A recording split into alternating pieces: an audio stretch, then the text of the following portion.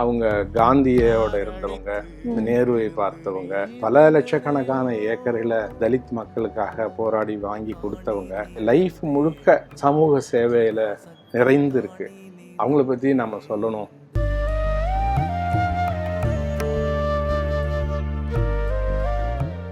உங்களுடைய கருத்தை சுதந்திரமாக வெளியிட அனுமதிப்பது ஆவணப்படம்.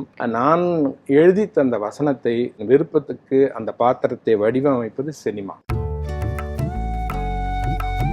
நீங்கள் ஆரம்ப காலத்திலேயே நாடகங்களில் பெருமளவு ஆர்வம் செலுத்தி இருக்கிறீர்கள். ஆனால் திரையில் தோன்றியது என்னவோ மிக சமீப காலத்தில் தான். எனக்கு வாய்ப்பு கொடுங்க அப்படின்னு சொல்லி கேட்க மாட்டேன். டூலெட்டுங்கிற படத்துலயும் நடிச்சிருக்கேன்.